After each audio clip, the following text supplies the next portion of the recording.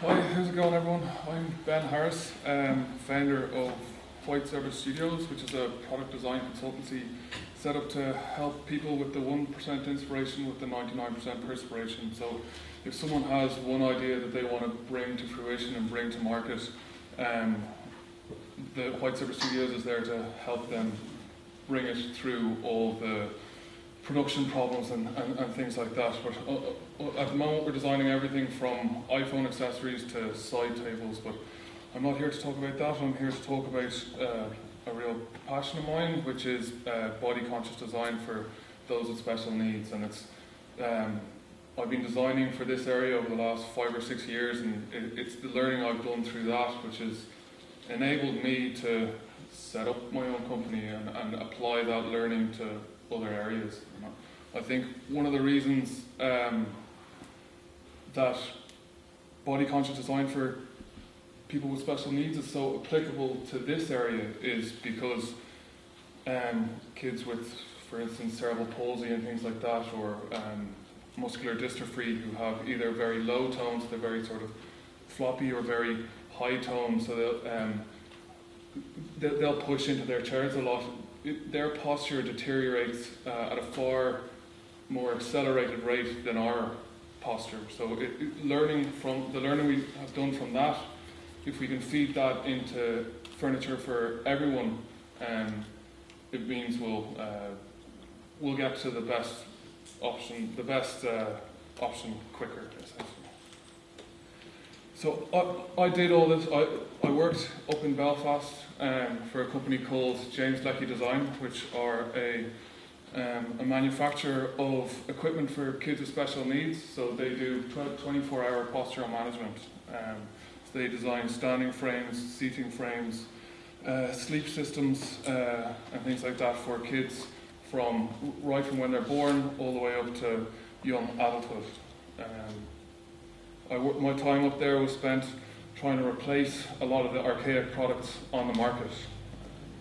We tried to bring in the correct biomechanical movements to match how our bodies move, in opposed to how a lot of the products that were on the market adjusted, which was just to give you an introduction to one of the products which was designed before my time there. This is the MyGo seat. And it's a supportive seating system for those kids with the likes of cerebral palsy or muscular dystrophy. And there's lateral supports which can sort of help kids stay upright and things like that. But just one of the postural management points, basically, that a lot of seats before the MyGo seat came out in the market pivoted, as you'd imagine most seats would, which would be right here. So, but the problem with that is, if you had any lateral supports on either side of your chest, if you were to recline the seat base in any way, the laterals would push your arms up and they'd be up around your ears. So what we did is we moved the pivot point so it matches how our bodies move. So the pivot point was moved from this point here to match in around the top of your hips. So as you adjust it back, the laterals move with you. And it's that sort of thinking that we try to bring through all the adjustments. And it's that sort of thinking that fed into my first product, which was the MyGo Standard. And the MyGo Standard is for the same market group. Standing frames are, just to give you a quick introduction to them, they're fitness equipment, or essentially is how I look at them for kids with special needs. It's a tool that physiotherapists use to help kids, basically, essentially kids who are in, as Simon was saying, if you're in a seat all day long, your body's going to deteriorate very quickly, and that's what happens with kids with special needs who need to be in these supportive seating systems. Their body starts to fuse in that position. You start to get hip contractures and knee contractures, so you start to almost become that chair shape. So kids are put into standing frames to help stretch their body out, but there's a huge amount of more benefits to it. So there's improved circulation, improved breathing, improved bowel movement, improved digestive system. It also helps, just through load bearing, it helps your bone density increase, and it helps your hip joint form. The problem with a lot of the products on the market before the MyGo standard came out was, as you can see in point 1 here, they were all completely planar products. So if you had any sort of hip or knee contracture, your knee would hit the standard first, which meant your pelvis would be tilted backwards. You'd have that kyphotic back shape, and then the chest pad was a very wide chest pad. So your arms had to come up over this, and then the functional tray that the kids had to use, functional tray, was up around here. So therapists were wondering why the kids weren't being incredibly active. So what we did is, which is completely bizarre, so what we did is then, as you can see in point 2, we just decided to just support the thoracic, and then allow, as your body moves, we call it the swinging foot plate, to allow the whole bottom angle adjust forward. So it meant that your whole body was supported. And as well, we supported the knee rather than right on the patella, underneath the patella. If you load right on the patella, it only takes a couple of pounds to really damage it or really hurt it.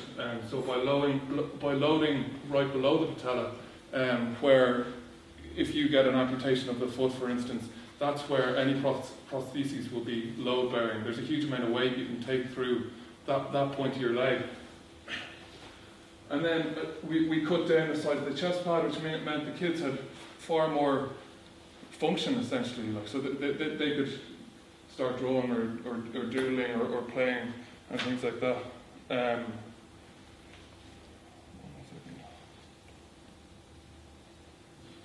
The future then for the next step to bring this even further is starting to make things like computer games and things like that, which are almost controlled by those movements, and just giving the kids essentially more enjoyment, get them looking forward to standing more.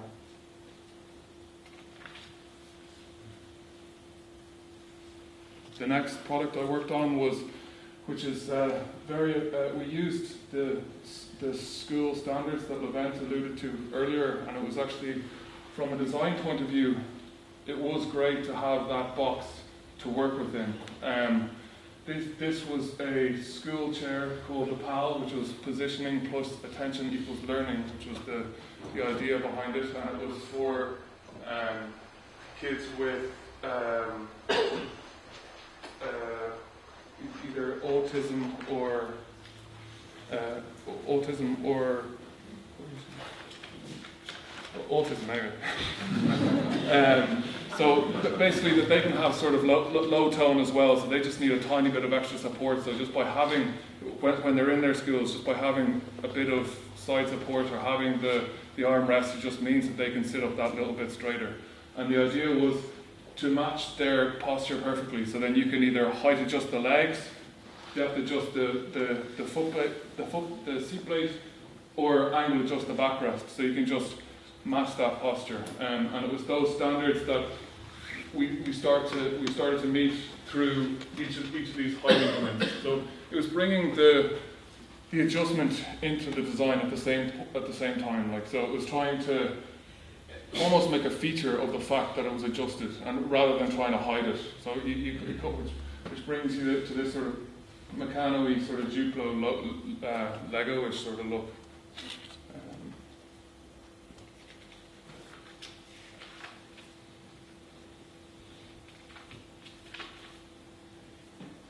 And when I left Leckey just over a year ago, I was delighted to take and started White Service Studios. I was delighted to get Leckey as my very first client to develop a comfortable seating system for kids with special needs. It's a product that kids would be on the bus home in their supportive seating system, looking forward to getting into. This is the vision that I had, something that they like. It would be the equivalent of them putting on a pair of slippers when they got home after a long, hard day's work. And I was hoping it was something that they'd be able to come home and fall asleep in, essentially. All the learning from all the stages and all the products I developed before this sort of fed into this. So it was the making sure that all the products moved biomechanically, but at the same time, it always looked like it didn't need too much adjustment. So the armrest height adjusts, but it doesn't height adjust away from the gable. The whole gable height adjusts. So it doesn't become bitsy. It doesn't look like there's a load of different parts. The laterals were then incorporated into the armrests. So rather than having different parts, the whole armrest would just sort of pivot in the way, and it would give you that lumbar support from side to side.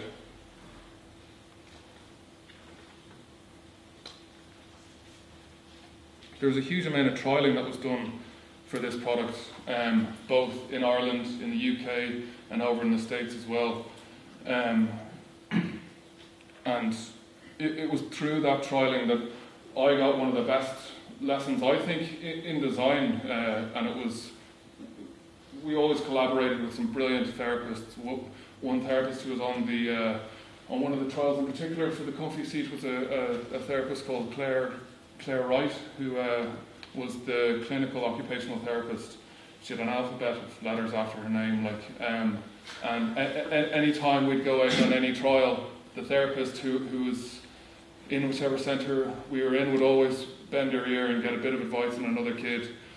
So while we were down there, the therapist brought out this beautiful young girl, who was in a squiggle seat, which is the seat down from the MyGo seat. So she would have been around 3 years old, and she had a 5-point chest harness on. She had a chest laterals, she had hip laterals, a hip belt, and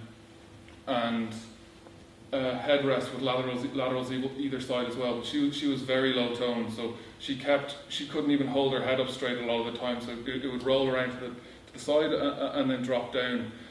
So what the carer in the school wanted to introduce was a headband, which is a pretty intrusive accessory. So Claire sort of lifted her head up just to see if she really needed it, and then, as Claire always did, focused on the posture of the kid herself, and just try to get to the root of the problem. And straight away, Claire did something completely counterintuitive to looking into the headband at all, and she started to take the chest harness off. She took the laterals away, and she just held the young girl's shoulders, tilted the whole seat forward, and then opened the backrest angle completely. And it was unbelievable to see from the side. You could actually see that lumbar curve opening up, and as her pelvis was straightened up, and her head come back between her shoulders. And then suddenly Claire took away the headrest as well, and it was just by opening up that angle and allowing her to sit up straight, she could suddenly hold her head up high, look around. She was beaming ear to ear, the therapist there was nearly crying, and it was the lesson that I took away from that is something that I try to apply to everything, and it's just trying to step back and rather than trying to address the symptoms themselves, look at what the core issue is, and once you address that, everything else will follow. And that's essentially the thinking from it. And it's just, essentially, as Simon was saying, focus on the pelvis, and from there everything else will follow. Thank you very much.